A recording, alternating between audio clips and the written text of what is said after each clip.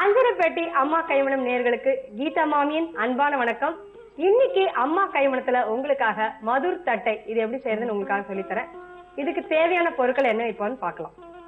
அரிசி மாவு, மைதா மாவு, ரவை, பச்சை மிளகாய், கொத்தமல்லி, எண்ணெய், இஞ்சி, நெய், உப்பு. இப்ப எப்படி செய்யறதுன்னு பார்க்கலாம். இப்போ ஃபர்ஸ்ட் பாத்தீங்கன்னா நம்ம அரிசி மாவு, மைதா மாவு, ரவை எல்லாம் அரை கப்பு தான் எடுத்துக்க போறேன். நான் இதை ஃபர்ஸ்ட் நான் கலக்கணும். இப்போ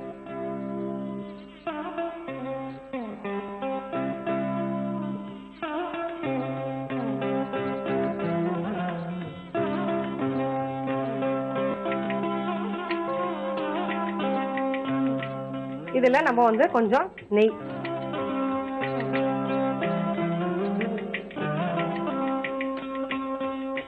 இஞ்சி சின்ன சின்னதா கட் பண்ணிக்கலாம், இல்ல துருவியும் நீங்க போடலாம்.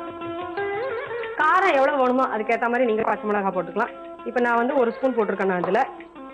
அதே போல கொத்தமல்லி அதுவும் கொஞ்சம் சேர்த்துட்டு முதல்ல இதை நல்லா மிக்ஸ் பண்ணிக்கலாம்.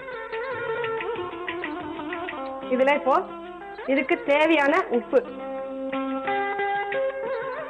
எப்பயும் பாத்தீங்கன்னா எண்ணெயில பொரிச்சு எடுக்கிற எந்த இதுக்கும் உப்பு நிறைய போடக்கூடாது. அப்படி போட்டீங்கன்னா என்ன கரிக்கும். அதனால கொஞ்சமா உப்பு போட்டுக்கோங்க எல்லாத்துக்குமே எப்பயுமே. இப்ப நான் இதுல கொஞ்சமா தண்ணி விட்டு நான் பிசைய போறேன். நம்ம எப்பயும் தட்டைக்கு எப்படி பண்றோமோ அது மாதிரிதான் நான் இதை பண்ண போறேன். தட்டைக்கு எப்படி மாவு பிசைஞ்சிக்குமோ அதே போல இதையும் நல்லா பிசைஞ்சிக்கலாம்.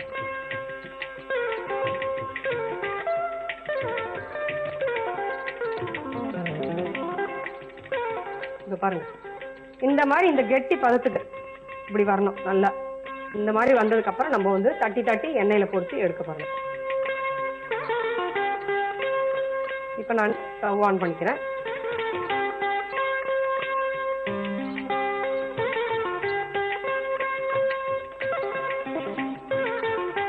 தட்டைக்கு எவ்வளவு எண்ணெய் தேவையோ பொரிக்கிறதுக்கு இப்ப நான் எண்ணெய் விட்டுருக்கேன் அதுல. இப்போ சின்ன சின்ன உருண்டையா உருட்டி அதை தட்டை மாதிரி தட்டி நம்ம போட போறோம். இப்போ பாருங்க, நல்லா எண்ணெய் காஞ்சிட்டு இருக்கு. அதுக்குள்ள நம்ம வந்து தட்டைய கொஞ்சம் சின்ன சின்னதா தட்டிக்கலாம். மேல நம்ம வந்து கொஞ்சமா எண்ணெய், அதை பாருங்க இந்த மாதிரி எண்ணெயை தொட்டு பண்ணீங்கன்னா ஈஸியா இருக்கும் உங்களுக்கு.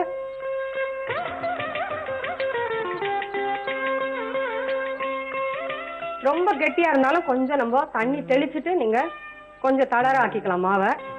இப்ப திருப்பியும் இதுல லேசா கொஞ்சம் எண்ணெயை மேல தடவி இந்த மாதிரி தட்டி எடுத்துட்டு இப்போ எண்ணெய் காஞ்சுதான் நம்ம பார்க்கலாம். இந்த மாதிரி உருட்டிட்டு இத போட்டீங்கன்னா பாருங்க நல்லா பொரியுது. பாருங்க எவ்வளவு அழகா வந்துருக்கு பாருங்க. இத அப்படியே நம்ம எண்ணெயில போட்டு பொரிச்சு எடுக்க வேண்டியதுதான்.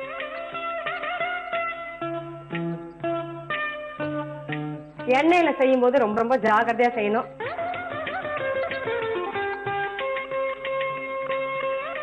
நம்ம இதுல ரவை போட்டிருக்கிறதுனால ரொம்ப ரொம்ப மொறுன்னு ரொம்ப நல்லா வரும் இந்த தட்டை. இதுல யூஸ்வலா நீங்க செய்யற மாதிரி தட்டைக்கு எப்படி செய்வீங்களோ ஒண்ணுன்னா வேர்க்கல்ல, பொட்டுக்கல்ல அந்த மாதிரி அப்படி கூட போட்டு செய்யலாம். பாருங்க, இப்போ இது நல்லா கொஞ்சம் செவக்கணும். செவந்தாதான் அது சாப்பிடறதுக்கு நல்லா இருக்கும். முதல்ல வேகும் நல்லா. இப்ப நல்லா செவந்துடுச்சிருது. முக்கியமா பாத்தீங்கன்னா எண்ணெய் வந்து ரொம்ப ரொம்ப கொதிக்க கூடாது. அதாவது நம்ம அடுப்பை வந்து ரொம்ப ஜாஸ்தி பிளேம்ல வைக்க கூடாது. மிதமான அந்த சூட்ல தான் இருக்கணும் அது. இப்ப நல்லா பாருங்க பொரிஞ்சு நல்லா வந்துடுச்சு. இத நான் ஒரு தட்டுல எடுத்து வச்சுட்டேன். பாக்குறதுக்கே ரொம்ப நல்லா இருக்கு. என்னன்னா அந்த ரவையெல்லாம் போட்ட உடனே பாருங்க தட்டையோட அந்த நிறம், தட்டையோட அந்த மொறுபொறுப்பெல்லாம் நல்லா எடுத்து நான் அடுப்பு ஆஃப் பண்ணிக்கிறேன். சுவையான உங்களுக்கு மதுர் தட்டை தயாராயிடுது. இது எப்படி செய்யறதுன்னு உங்களுக்காக நான் திருப்பி சொல்றேன். ஒரு பவுல்ல ஃபர்ஸ்ட் வந்து அரிசி மாவு, மைதா மாவு, ரவை 3 அரை கப்பு எடுத்து நல்லா அதை கலந்துக்கோங்க. அதிலே பச்சை மிளகாய், இஞ்சி, நெய், கொத்தமல்லி, உப்பு எல்லாம் போட்டு நல்லா கலந்து கொஞ்சம் கொஞ்சமா தண்ணி விட்டு நல்லா பிசைஞ்சு எடுத்து வச்சுக்கோங்க. அதுக்குள்ள வாணலியில எண்ணெய் விட்டு கொஞ்ச நேரம் காயட்டும்.